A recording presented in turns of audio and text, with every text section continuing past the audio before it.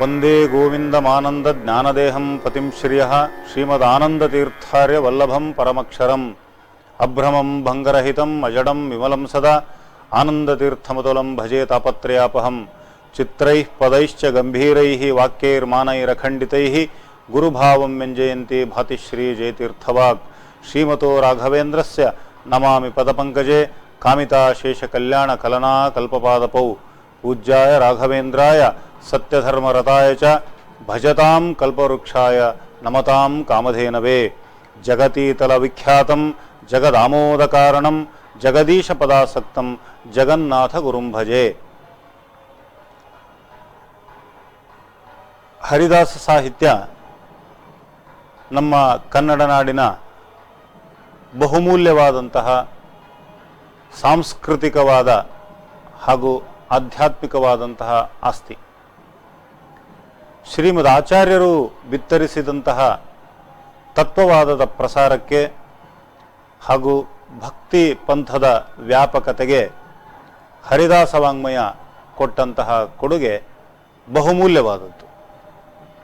ಹರಿದಾಸ ಸಾಹಿತ್ಯದಲ್ಲಿ ಶ್ರೀ ಕನಕದಾಸರು, ಶ್ರೀ ಪುರಂದರದಾಸರು, ಶ್ರೀ ವಿಜಯರಾಯರು, ಶ್ರೀ ಗೋಪಾಲದಾಸರು, ಶ್ರೀ ಜಗನ್ನಾಥದಾಸರು ಇವರೇ ಮೊದಲಾದಂತಹ ಜ್ಞಾನಿವರೆಣ್ಯರು ಹರಿದಾಸ ಸಾಹಿತ್ಯದ ದಿಗ್ಗಜಗಳು. ಅದರಲ್ಲೂ ಕೂಡ ಶ್ರೀ ಪುರಂದರದಾಸರು, ಶ್ರೀ ವಿಜಯರಾಯರು, ಶ್ರೀ ಗೋಪಾಲದಾಸರು, ಶ್ರೀ ಜಗನ್ನಾಥದಾಸರು ಇವರು ಹರಿದಾಸ ಚತುಷ್ಟಯರೆಂದೇ ಪ್ರಖ್ಯಾತರಾಗಿದ್ದಾರೆ. ಅದರಲ್ಲೂ ಕೂಡ ಶ್ರೀ ಜಗನ್ನಾಥದಾಸರ ವ್ಯಕ್ತಿತ್ವ ತುಂಬ ರೋಚಕವಾದಂತಹ ಒಂದು ವ್ಯಕ್ತಿತ್ವವಾಗಿದೆ. ಸಾವಿರಾರು ಕೀರ್ತನೆಗಳನ್ನು ರಚಿಸಿ ಕನ್ನಡ ನಾಡಿನ ಮನೆಮಾತಾದ ಜಗನ್ನಾಥದಾಸರ ಜೀವನವೂ ಕೂಡ ತುಂಬ ರೋಚಕವಾದಂತಹ ಜೀವನ ಚರಿತ್ರೆಯಾಗಿದೆ. ಇವತ್ತು ನಮಗೆ ಜಗನ್ನಾಥದಾಸರ ಜೀವನದ ಬಗ್ಗೆ ಬೆಳಕು ಚೆಲ್ಲುವಂತಹ ಸಾಕಷ್ಟು ಕೃತಿಗಳು ಉಪಲಬ್ಧವಾಗಿವೆ. ಜಗನ್ನಾಥದಾಸರು ದೊಡ್ಡ ದಾಸರು, ಸ್ವತಃ ದೊಡ್ಡ ಅಪರೋಕ್ಷ ಜ್ಞಾನಿಗಳು. ಹಾಗಾಗಿ ಅವರ ಶಿಷ್ಯ ಸಂಖ್ಯೆ ಅಗಾಧವಾಗಿದೆ. ಅವರ ಶಿಷ್ಯ ವೃಂದವು ಕೂಡ ಜಗನ್ನಾಥದಾಸರ ಬಗ್ಗೆ ಗೌರವಾದರಗಳನ್ನು ಪ್ರಕಟ ಮಾಡ್ತಾ ತಮ್ಮ ಗುರುಗಳ ಬಗ್ಗೆ, ತಮ್ಮ ಗುರುಗಳ ಜೀವನದ ಬಗ್ಗೆ ಅನೇಕ ಮಹತ್ವಪೂರ್ಣ ವಿಚಾರಗಳನ್ನು ಅವರು ಹೇಳ್ತಾರೆ. ಹಾಗೂ ದೊಡ್ಡಬಳ್ಳಾಪುರದ ರಾಘವೇಂದ್ರ ಕವಿಯು ಕೂಡ ತನ್ನ ಸಾರಸ್ವತ ಪರಿಣಯ ಎನ್ನುವ ಗ್ರಂಥದಲ್ಲಿ ಸಾಕಷ್ಟು ವಿವರಗಳನ್ನು ಜಗನ್ನಾಥದಾಸರ ಬಗ್ಗೆ ಹೇಳ್ತಾನೆ. ಇದು ಅಲ್ಲದೆ ಸ್ವಯಂ ಜಗನ್ನಾಥದಾಸರೇ ತಮ್ಮ 2 ಕೃತಿಗಳಲ್ಲಿ ತಮ್ಮ ವಂಶದ ಬಗ್ಗೆ, ತಮ್ಮ ಗೋತ್ರದ ಬಗ್ಗೆ, ತಮ್ಮ ತಾತ, ತಂದೆ, ಮುತ್ತಾತರ ಬಗ್ಗೆ ಸಾಕಷ್ಟು ವಿವರಗಳನ್ನು ಜಗನ್ನಾಥದಾಸರು ನೀಡ್ತಾರೆ.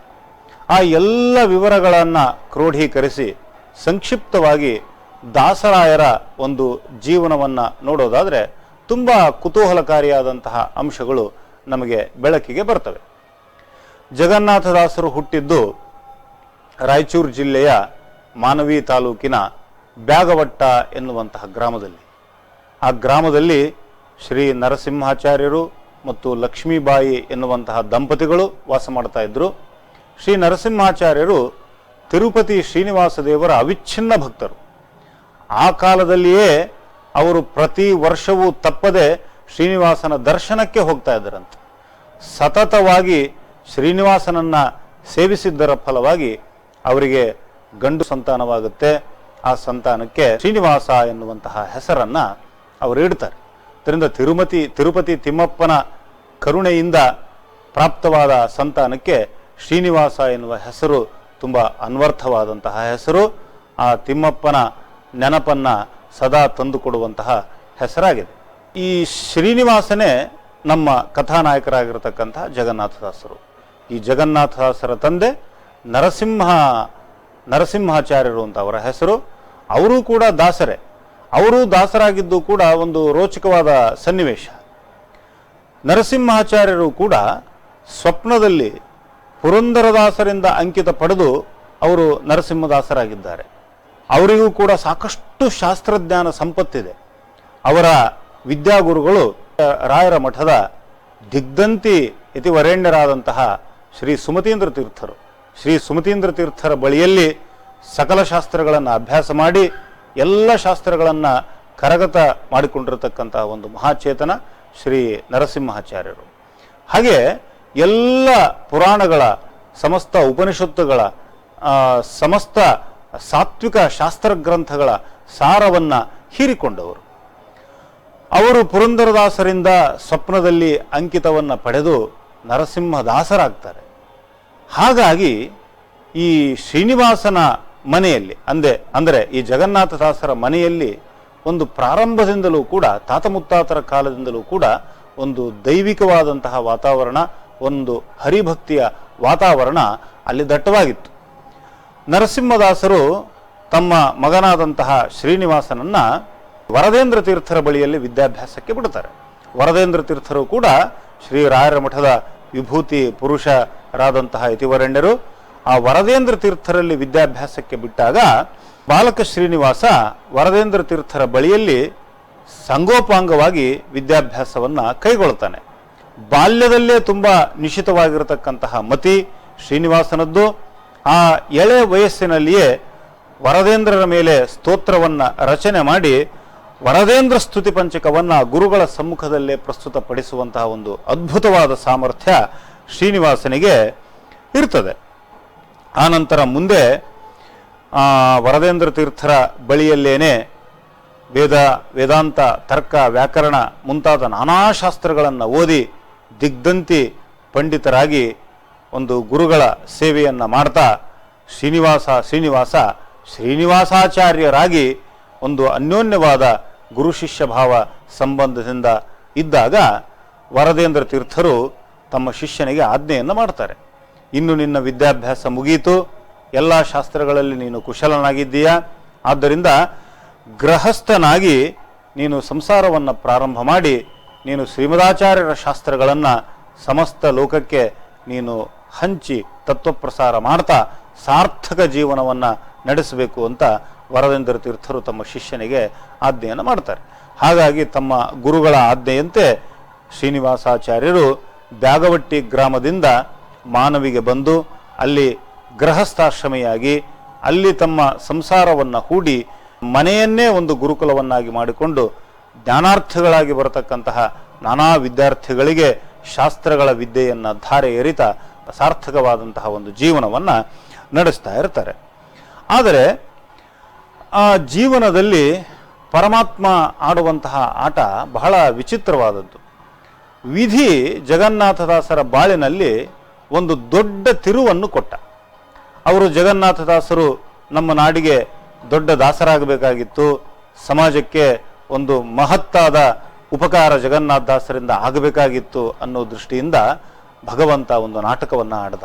ಅದು ಏನು ಅಂದರೆ, ಜಗನ್ನಾಥದಾಸರು ತಮ್ಮ ಅವಿಚ್ಛಿನ್ನವಾದ ಪಾಠ ಪ್ರವಚನದ ಒಂದು ಬಿಡುವಿಲ್ಲದ ಕಾರ್ಯಕ್ರಮದಲ್ಲಿ ತೊಡಗಿದ್ದಾಗ ಅಲ್ಲಿ ಮಾನವಿಗೆ ಒಂದು ದಿವಸ ವಿಜಯರಾಯರು ಆಗಮಿಸ್ತಾರೆ.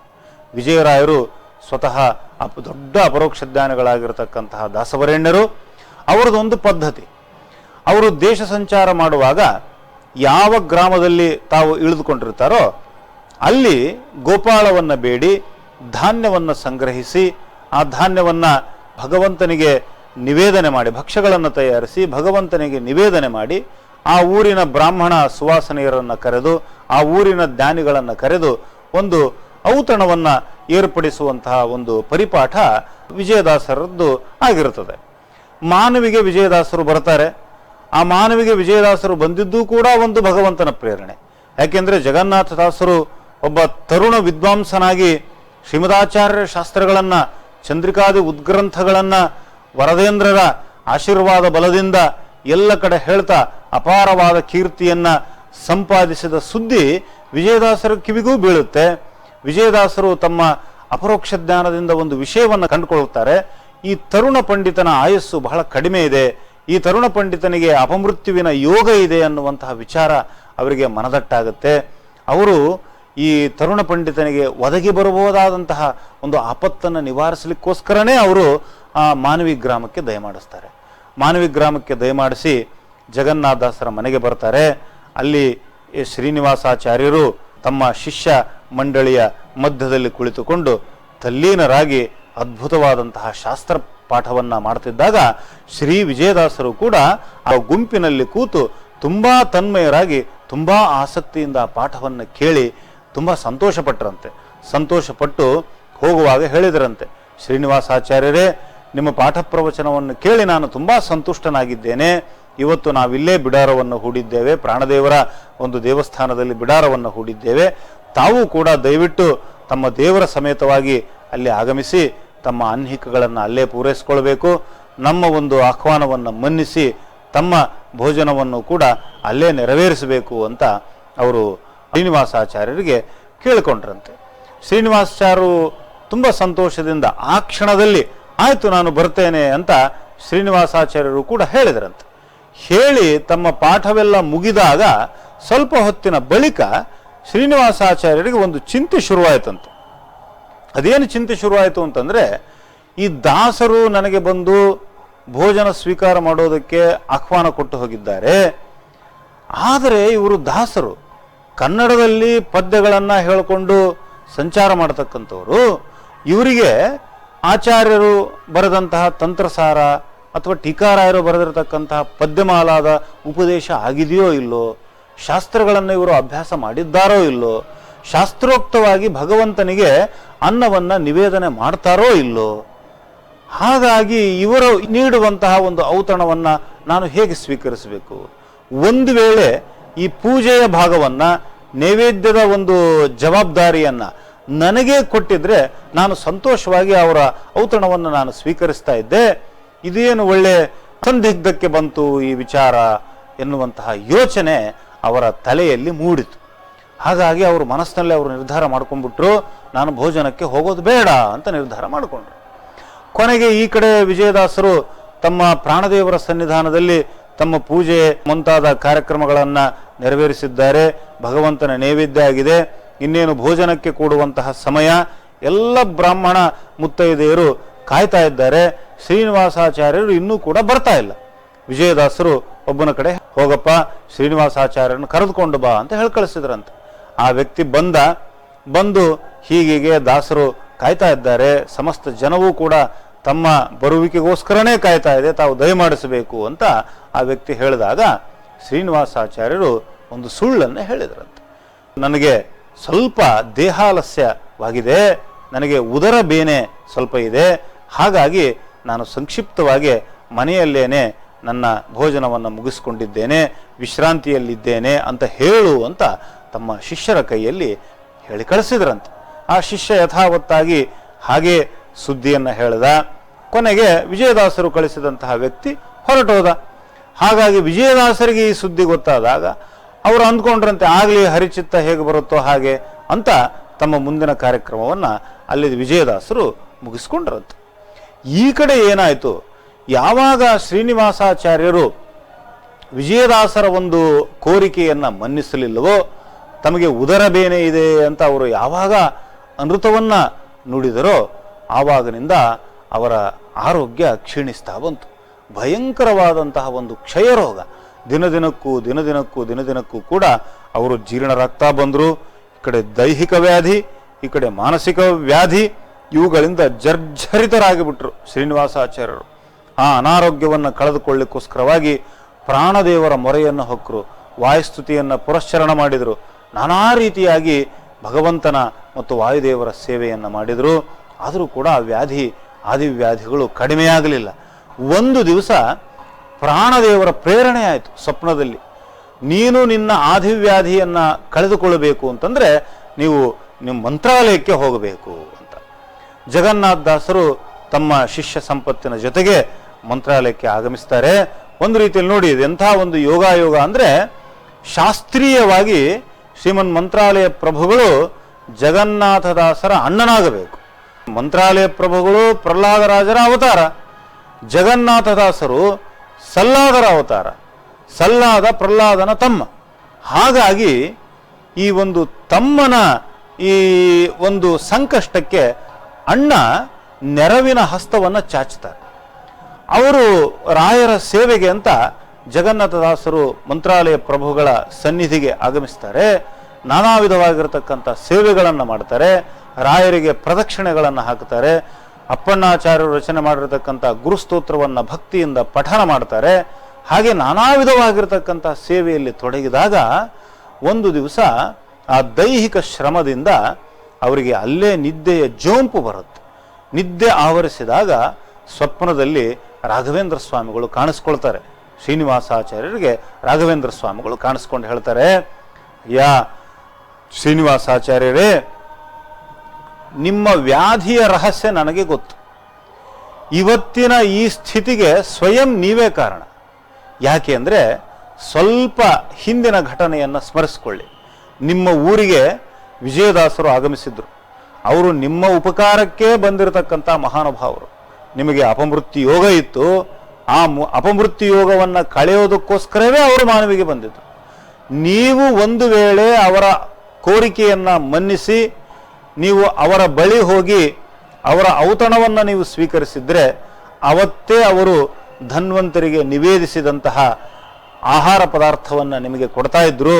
ಆ ಆಹಾರ ಪದಾರ್ಥವನ್ನು ಸೇವಿಸಿದಾಗ ನಿಮ್ಮ ಅಪಮೃತ್ಯು ಯೋಗ ಕಳೆದು ಹೋಗ್ತಾ ಇತ್ತು. ನೀವು ಅದರ ಬದಲಾಗಿ ಸಂಶಯಕ್ಕೆ ತುತ್ತಾಗಿ ನೀವು ಅವರ ಕೋರಿಕೆಯನ್ನು ಮನ್ನಿಸಲಿಲ್ಲ. ಅವರು ಕೊಡಬಹುದಾಗಿರತಕ್ಕಂತಹ ಆಹಾರ ಪದಾರ್ಥಗಳನ್ನು ಸ್ವೀಕರಿಸಲಿಲ್ಲ. ಅದರ ಪರಿಣಾಮವೇ ಇವತ್ತಿನ ಈ ನಿಮ್ಮ ಸ್ಥಿತಿ ಅಂತ ರಾಘವೇಂದ್ರ ಸ್ವಾಮಿಗಳು ಹೇಳಿದ್ರಂತೆ. ಆಗ ಶ್ರೀನಿವಾಸಾಚಾರ್ಯರು ಪರಿಪರಿಯಾಗಿ ಮಂತ್ರಾಲಯ ಪ್ರಭುಗಳನ್ನು ಬೇಡ್ಕೊಂಡ್ರಂತೆ. ಗುರುಗಳೇ, ಇದರ ಪರಿಹಾರಕ್ಕೆ ನಾನೇನು ಮಾಡಬೇಕು ಅಂತ ಕೇಳ್ಕೊಂಡ್ರಂತೆ. ಆವಾಗ ಮಂತ್ರಾಲಯ ಪ್ರಭುಗಳು ಹೇಳ್ತಾರೆ, ನೀನು ನೇರವಾಗಿ ಶ್ರೀ ವಿಜಯದಾಸರ ಬಳಿಗೆ ಹೋಗಬೇಕು. ವಿಜಯದಾಸರು ತಿರುಪತಿಯ ಯಾತ್ರೆಗೆ ಹೋಗಿದ್ದಾರೆ. ಅವರು ತಿರುಪತಿಯ ಶ್ರೀನಿವಾಸನ ಸನ್ನಿಧಾನದಲ್ಲಿದ್ದಾರೆ. ನೀನು ಅವರ ಬಳಿಗೆ ಹೋಗಿ ನಿನ್ನ ಕಷ್ಟವನ್ನು ನಿವೇದಿಸಿಕೊಳ್ಬೇಕು. ಅವರೇ ನಿನಗೆ ಮುಂದಿನ ದಾರಿಯನ್ನು ತೋರ್ತಾರೆ ಅಂತ ರಾಘವೇಂದ್ರ ಸ್ವಾಮಿಗಳು ಸ್ವಪ್ನದಲ್ಲಿ ಹೇಳಿದಾಗ ಜಗನ್ನಾಥದಾಸರು ಹೇಳ್ತಾರಂತೆ, ಗುರುಗಳೇ, ನನ್ನ ಇಂದಿನ ಸ್ಥಿತಿ ಹೇಗಿದೆ ಅಂದರೆ ನನ್ನ ಪ್ರಾಣ ಇಂದೋ ನಾಳೆಯೋ ಹೊರಟು ಹೋಗುತ್ತೆ. ಅಂಥ ಸ್ಥಿತಿಯಲ್ಲಿ ನಾನು ತಿರುಪತಿ ತಲುಪಲಿಕ್ಕೆ ಹೇಗೆ ಸಾಧ್ಯ ಅಂತ ಪ್ರಶ್ನೆ ಮಾಡಿದಾಗ ಮಂತ್ರಾಲಯ ಪ್ರಭುಗಳು ಹೇಳ್ತಾರಂತೆ, ನೀನು ಪ್ರಾಣದೇವರ ಉಪಾಸಕ, ವಿಜಯದಾಸರ ಬಳಿಗೆ ನೀನು ಹೋಗಬೇಕಾಗಿದೆ. ಭಗವಂತನೇ ನಿನಗೆ ಶಕ್ತಿಯನ್ನು ಕೊಡ್ತಾನೆ, ಏನು ಚಿಂತೆ ಮಾಡಬೇಡ, ಹೋಗು ಅಂತ ಸಾಂತ್ವನ ನೀಡಿದಾಗ ಶಕ್ತಿ ಸಾಮರ್ಥ್ಯಗಳನ್ನು ಜಗನ್ನಾಥದಾಸರಲ್ಲಿ ತುಂಬಿದಾಗ ಜಗನ್ನಾಥದಾಸರು ಸ್ವಲ್ಪ ಚೇತರಿಕೆಯನ್ನು ಕಾಣ್ತಾರೆ. ದೈಹಿಕವಾಗಿ ಸ್ವಲ್ಪ ಲವಲವಿಕೆ ಮೂಡುತ್ತೆ, ಮಾನಸಿಕವಾಗಿಯೂ ಕೂಡ ಸ್ವಲ್ಪ ಚೇತರಿಸ್ಕೊಳ್ತಾರೆ. ದಿನೇ ದಿನೇ ದಿನೇ ಅವರ ಆರೋಗ್ಯ ಸುಧಾರಿಸತೊಡಗುತ್ತೆ. ಸೀದಾ ನೇರವಾಗಿ ಅವರು ತಿರುಪತಿಗೆ ಹೋದರು. ತಿರುಪತಿಗೆ ಹೋದಾಗ ವಿಜಯದಾಸರ ಹತ್ರ ಹೋದರು. ವಿಜಯದಾಸರ ಹತ್ರ ಹೋದಾಗ ವಿಜಯದಾಸರಿಗೂ ಮತ್ತು ಶ್ರೀನಿವಾಸಾಚಾರ್ಯರಿಗೂ ಸ್ವಲ್ಪ ಸಂಭಾಷಣೆ ಅಲ್ಲಿ ನಡೀತದೆ. ವಿಜಯರಾಯರು ಕೇಳಿದ್ರಂತೆ, ಏನಪ್ಪ ತರುಣ ಪಂಡಿತ, ಹೇಗಿದ್ದೀರಿ ತಾವು? ಯಾಕೋ ಬಹಳ ಕೃಶವಾಗಿದ್ದಂತೆ ಕಾಣುತ್ತಲ್ಲ, ಏನು ನಿಮ್ಮ ಸಮಸ್ಯೆ ಅಂತ ಕೇಳಿದಾಗ ಆ ದುಃಖದ ಕಟ್ಟೆ ಒಡೆದು ಬಿಡುತ್ತೆ ಶ್ರೀನಿವಾಸಾಚಾರ್ಯರದು. ಅವರ ಪಾದಕ್ಕೆ ನಮಸ್ಕಾರ ಮಾಡಿ ಎಲ್ಲ ದುಃಖವನ್ನು ತೋಡ್ಕೊಂಡ್ರಂತೆ. ಗುರುಗಳೇ, ವಿಜಯರಾಯರೇ, ನನ್ನಿಂದ ದೊಡ್ಡ ಅಪಚಾರ ಆಗಿದೆ. ನಿಮ್ಮ ಕೋರಿಕೆಯನ್ನು ನಾನು ತಿರಸ್ಕರಿಸಬಾರದಾಗಿತ್ತು. ತಾವು ದೊಡ್ಡ ಜ್ಞಾನಿಗಳು, ಮಹಾನುಭಾವರು. ನಾನು ದೊಡ್ಡ ಸಂಕಷ್ಟದಲ್ಲಿ ಸಿಲುಕಿದ್ದೇನೆ. ಈ ಶರೀರದ ಆಯಾಸ ಬಹಳವಾಗಿ ಪೀಡಿಸ್ತಾ ಇದೆ. ಇದರಿಂದ ತಾವೇ ಮುಕ್ತಿ ಕೊಡಬೇಕು ಅಂತ ಬೇಡಿಕೊಂಡಾಗ ವಿಜಯರಾಯರು ಹೇಳಿದ್ರಂತೆ, ನಿಮ್ಮ ನಿಯತ ಗುರು, ನಿಮ್ಮ ಸ್ವರೂಪೋದ್ಧಾರಕರು ಬೇರೆ ಇದ್ದಾರಪ್ಪ. ಗುತ್ತನೂರಿನಲ್ಲಿ ಗೋಪಾಲದಾಸರು ಅಂತಿದ್ದಾರೆ. ಗೋಪಾಲದಾಸರ ಬಳಿಗೆ ಹೋದರೆ ನಿಮ್ಮ ಕಷ್ಟ ಪರಿಹಾರವಾಗುತ್ತೆ ಅಂತ ವಿಜಯರಾಯರು ಶ್ರೀನಿವಾಸಾಚಾರ್ಯರಿಗೆ ಹೇಳಿ ಕಳಿಸಿದ್ರಂತೆ. ಶ್ರೀನಿವಾಸಾಚಾರ್ಯರು ನೇರವಾಗಿ ಗೋಪಾಲದಾಸರ ಬಳಿಗೆ ಬರ್ತಾರೆ. ಗೋಪಾಲದಾಸರು ಗಣೇಶಾಂಶ ಸಂಭೂತರು, ಅಪರೋಕ್ಷ ಜ್ಞಾನಿಗಳು. ಅವರಿಗೆ ಘಟನೆಗಳನ್ನು ವಿವರಿಸ್ತಕ್ಕಂತಹ ಅವಶ್ಯಕತೆಯೇ ಇಲ್ಲ. ಆದ್ದರಿಂದ ಜಗನ್ನಾಥದಾಸರನ್ನು ಬರಮಾಡಿಕೊಂಡು ಧನ್ವಂತರಿಗೆ ನಿವೇದಿಸಿದಂತಹ 2 ಜೋಳದ ಭಕ್ಕರಿಯನ್ನು ಶ್ರೀನಿವಾಸಾಚಾರ್ಯರಿಗೆ ತಿನ್ನೋದಕ್ಕೆ ಕೊಡ್ತಾರೆ. ತಿನ್ನೋದಕ್ಕೆ ಕೊಟ್ಟು ಸ್ವಯಂ ತಾವೇ ಬಹಳ ಕರುಣೆಯಿಂದ, ಬಹಳ ಕಾಳಜಿಯಿಂದ ಭಗವಂತನಲ್ಲಿ ಬೇಡ್ಕೊಳ್ತಾರೆ. ಬಹಳ ಪ್ರಸಿದ್ಧವಾಗಿರತಕ್ಕಂತಹ ಹಾಡೋದು, ಬಹಳ ಪ್ರಸಿದ್ಧವಾಗಿರತಕ್ಕಂಥ ಪದ್ಯ, ಎನ್ನ ಭಿನ್ನಪ ಕೇಳು ಧನ್ವಂತ್ರಿ ದಯಮಾಡು, ಸಣ್ಣವನು ಇವ ಕೇವಲ, ಬನ್ನ ಬಡಿಸುವ ರೋಗವನು ಮೋಚನ ಮಾಡಿ ಚೆನ್ನಾಗಿ ಪಾಲಿಸುವುದು ಕರುಣಿ. ನೋಡಿ ಆ ಗೋಪಾಲದಾಸರ ಕರುಣೆ ಹೇಗಿದೆ. ಸಣ್ಣವನು ಇವ ಕೇವಲ, ನಿನ್ನ ಭಕ್ತಾಪ ಇನ್ನೂ ಸಣ್ಣ ವಯಸ್ಸು ಈ ತರುಣನದ್ದು, ಬನ್ನ ಬಡಿಸುವ ರೋಗವನ್ನು ಮೋಚನ ಮಾಡಿ ಚೆನ್ನಾಗಿ ಪಾಲಿಸುವುದು ಕರುಣಿ ಅಂತ ಭಗವಂತನನ್ನು ಕೇಳ್ಕೊಳ್ತಾರೆ. ಯಾಕೆಂದ್ರೆ ಆದಿವ್ಯಾಧಿಗಳು, ಉನ್ಮಾದ, ವಿಭ್ರಮ, ನಾನಾ ಬಾಧೆ ಗೌಷಧವು ನೀನೆ. ನಾವು ಇವತ್ತು ತೆಗೆದುಕೊಳ್ತಕ್ಕಂತಹ ಔಷಧಿಗಳು ಸುಮ್ಮನೆ ನೆಪ ಮಾತ್ರಕ್ಕೆ ಔಷಧಿಗಳು. ನಿಜವಾದ ಔಷಧ ಭಗವಂತನೇ. ಆದಿವ್ಯಾಧಿಗಳು, ಉನ್ಮಾದ, ವಿಭ್ರಮ. ಆದಿ ಅಂದರೆ ಮಾನಸಿಕವಾದ ರೋಗ, ವ್ಯಾಧಿ ಅಂದರೆ ಶರೀರಕ್ಕೆ ಬರತಕ್ಕಂತಹ ರೋಗ. ಉನ್ಮಾದ, ವಿಭ್ರಮ, ನಾನಾ ಬಾಧೆ ಗೌಷಧವು ನೀನೇ ಭಗವಂತ. ಆದ್ದರಿಂದ ಈ ಬಾಲಕನ ರೋಗವನ್ನು ನೀನೇ ಪರಿಹರಿಸಬೇಕು. ಆಧರಿಸಿ ಇವಾಗೆ ತವ ಪದ ಧ್ಯಾನವಿತ್ತು ಸಾಧುಗಳೊಳಗಿಟ್ಟು ಮೋದ ಕೊಡು ಸರ್ವದಾ. ನೋಡಿ, ಇಲ್ಲೊಂದು ವಿಶೇಷ ಇದೆ. ಗೋಪಾಲದಾಸರು ಕೇಳಿಕೊಂಡಿದ್ದು ಎಂಥ ವರವನ್ನ ನೋಡಿ. ಈ ಜಗನ್ನಾಥದಾಸರ ಶ್ರೀನಿವಾಸಾಚಾರ್ಯರ ಆದಿವ್ಯಾಧಿಗಳನ್ನು ಕಳೆದು ಒಳ್ಳೆ ಸುಖ ಜೀವನ ಕೊಡುವಂತಷ್ಟೇ ಕೇಳ್ಕೊಳ್ಳಿಲ್ಲ. ಆಧರಿಸಿ ಇವಾಗೆ ತವ ಪದ ಧ್ಯಾನವಿತ್ತು, ಸದಾ ಹರಿಪದಾಸಕ್ತನಾಗಿರತಕ್ಕಂಥ ಒಂದು ಭಾಗ್ಯವನ್ನು ನೀನು ಕರುಣಿಸಬೇಕು. ಸಾಧುಗಳೊಳಗಿಟ್ಟು ಮೋದ ಕೊಡು ಸರ್ವದಾ, ಸದಾ ಸಾಧುಜನ ಸಂಘದಲ್ಲಿ ಈ ತರುಣನನ್ನ ಇರೋ ಹಾಗೆ ಮಾಡಿ ಒಂದು ಆಧ್ಯಾತ್ಮಿಕ ನೆಮ್ಮದಿಯನ್ನು, ಆಧ್ಯಾತ್ಮಿಕ ಸಂತೋಷವನ್ನು ಕೊಡುವಂತ ತುಂಬು ಕಾಳಜಿಯಿಂದ, ಶ್ರೀನಿವಾಸಾಚಾರ್ಯರ ಮೇಲಿನ ತುಂಬು ಕರುಣೆಯಿಂದ ಭಗವಂತನನ್ನು ಬೇಡ್ಕೊಳ್ತಾರೆ. ತಮ್ಮ 40 ವರ್ಷಗಳ ಆಯುರ್ದಾನವನ್ನು ಮಾಡಿಬಿಡ್ತಾರೆ. ಇಂತಹ ಪವಾಡವನ್ನ, ಇಂತಹ ಒಂದು ರೋಚಕ ಘಟನೆಯನ್ನ ನಾವು ಇತಿಹಾಸದಲ್ಲಿ ಎಲ್ಲೂ ಕೂಡ ಕಾಣಲಿಕ್ಕೆ ಸಾಧ್ಯ ಇಲ್ಲ. ಇದು ಭಗವಂತನ ಅನುಗ್ರಹದಿಂದ, ಹರಿವಾಯು ಗುರುಗಳ ಅನುಗ್ರಹದಿಂದ, ಅಪರೋಕ್ಷ ಜ್ಞಾನಿಗಳಾಗಿರತಕ್ಕಂತಹ ಮಹಾಮಹಿಮರಾಗಿರತಕ್ಕಂತಹ ಕೇವಲ ದಾಸವರೇಣ್ಯರಿಂದ ಮಾತ್ರ ಸಾಧ್ಯವಾಗುವಂತಹ ಕೆಲಸ. ಅಂತಹ ಒಂದು ಅದ್ಭುತವಾದ ಕಾರ್ಯವನ್ನ ವಿಜಯರಾಯರ ಅನುಗ್ರಹ ಬಲದಿಂದ ಗೋಪಾಲದಾಸರು ತಮ್ಮ 40 ವರ್ಷಗಳ ಅಖಂಡ ಆಯುರ್ದಾನವನ್ನ ಶ್ರೀನಿವಾಸಾಚಾರ್ಯರಿಗೆ ಮಾಡಿದರಂತೆ. ಹೀಗೆ ಶ್ರೀನಿವಾಸಾಚಾರ್ಯರು ಪುನರ್ಜನ್ಮ ಪಡೆದರು. ಯಾವಾಗ ಪುನರ್ಜನ್ಮ ಪಡೆದರೋ ಅವರ ವ್ಯಕ್ತಿತ್ವ ಪುಟಬಿಟ್ಟ ಚಿನ್ನದಂತೆ ಆಗೋಯ್ತು. ಮನಸ್ಸು ನಿಷ್ಕಲ್ಮಶವಾಗಿ ಹೋಯಿತು.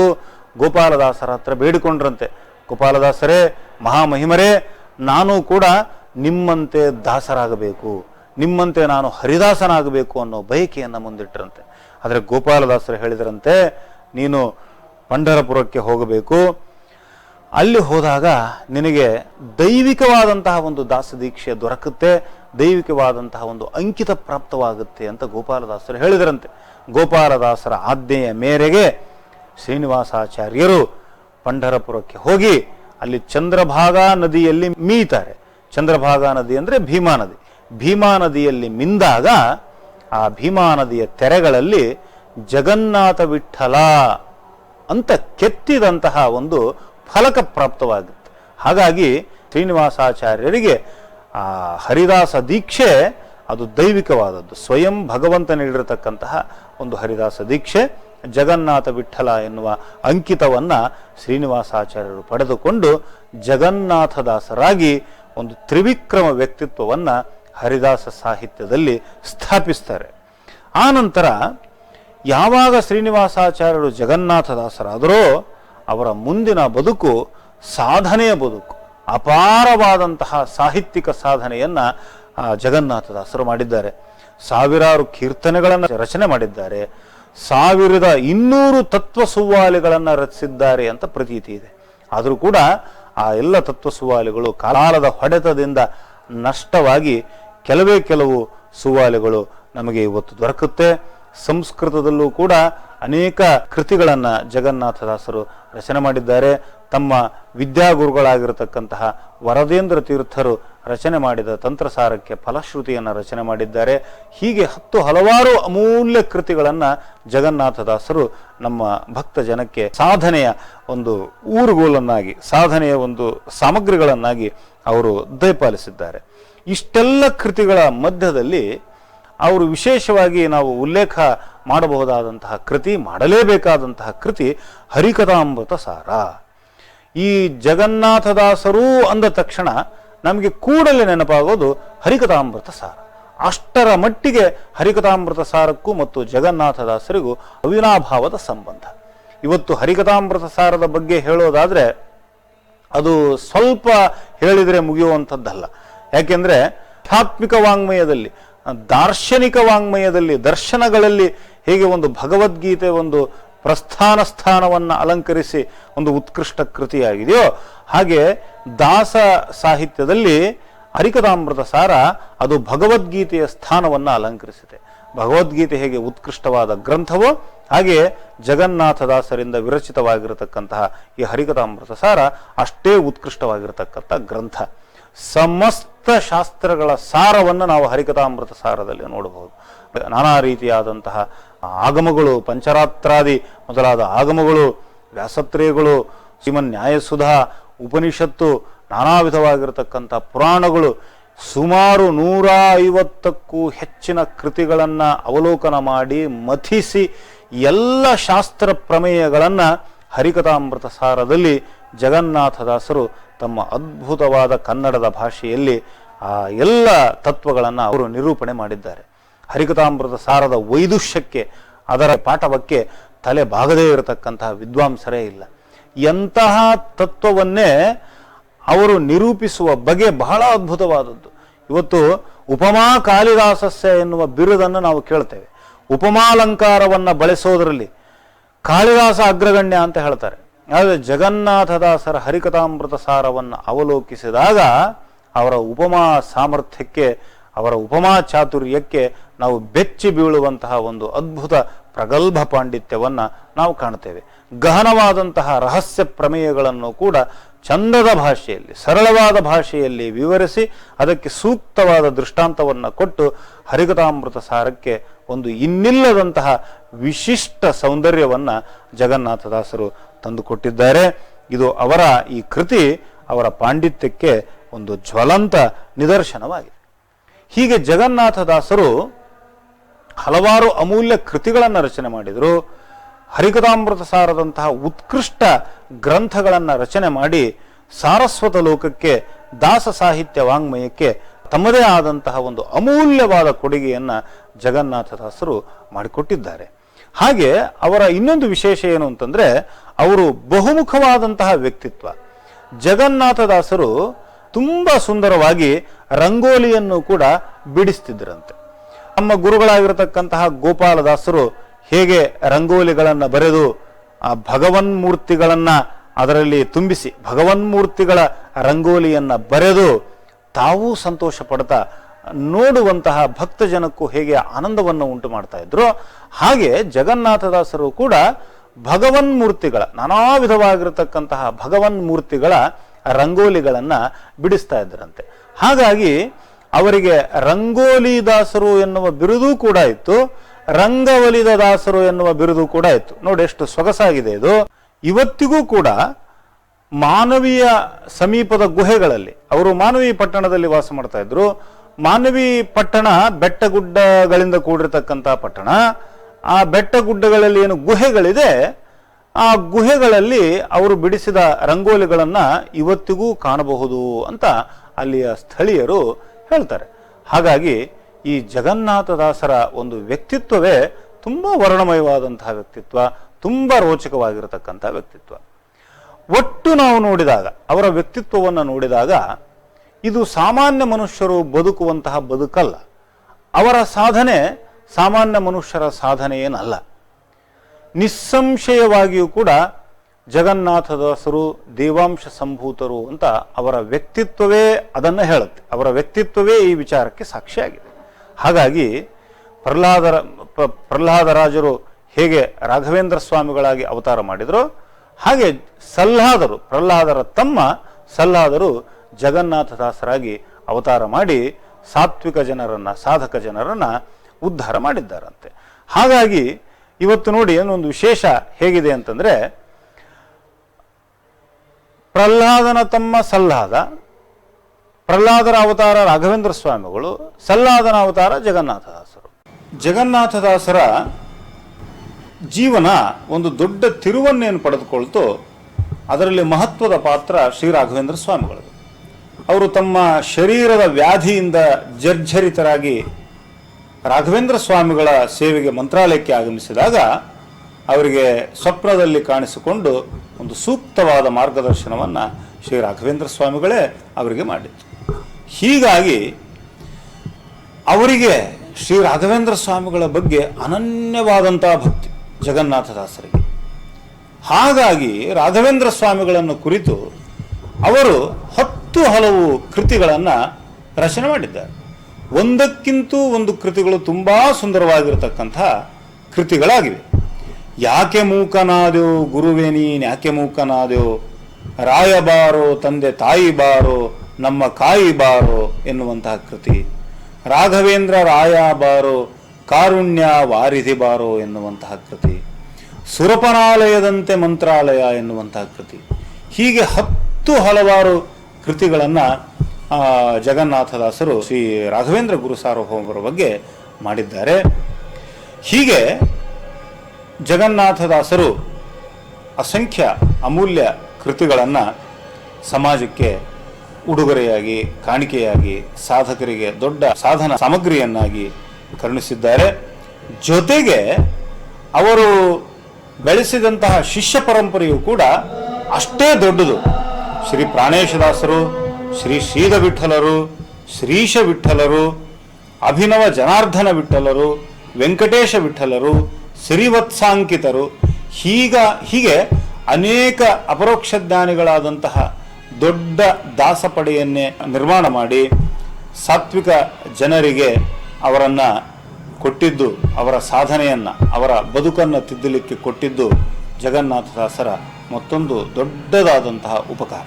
ಹೀಗೆ ಜಗನ್ನಾಥದಾಸರು ಹರಿದಾಸ ವಾಂಗ್ಮಯದ ದಾಸ ಚತುಷ್ಟಯರಲ್ಲಿ ಒಬ್ಬರಾಗಿ ಶ್ರೀ ವಿಜಯರಾಯರ, ಶ್ರೀ ಗೋಪಾಲದಾಸರ ಕರುಣೆಯ ಕೂಸಾಗಿ, ಅದ್ಭುತ ಪಂಡಿತರಾಗಿ ಹರಿದಾಸ ಸಾಹಿತ್ಯದ ಅಮೂಲ್ಯ ಕೃತಿಗಳನ್ನು ರಚನೆ ಮಾಡಿ ಅವರು ನಮ್ಮ ಬದುಕನ್ನು ಏನು ತಿದ್ದಿದ್ದಾರೆ ಅವರನ್ನು ನೆನೆಯೋದು ನಮ್ಮೆಲ್ಲರ ಆದ್ಯ ಕರ್ತವ್ಯ, ನಮ್ಮ ಜೀವನದ ದೊಡ್ಡ ಭಾಗ್ಯವೂ ಕೂಡ ಆಗಿದೆ ಅಂತ ಹೇಳ್ತಾ ಜಗನ್ನಾಥದಾಸರ ಬಗೆಗಿನ ಈ ಚಿಂತನೆಯನ್ನು ಮುಗಿಸೋಣ. ಶ್ರೀಕೃಷ್ಣಾರ್ಪಣಮಸ್ತು.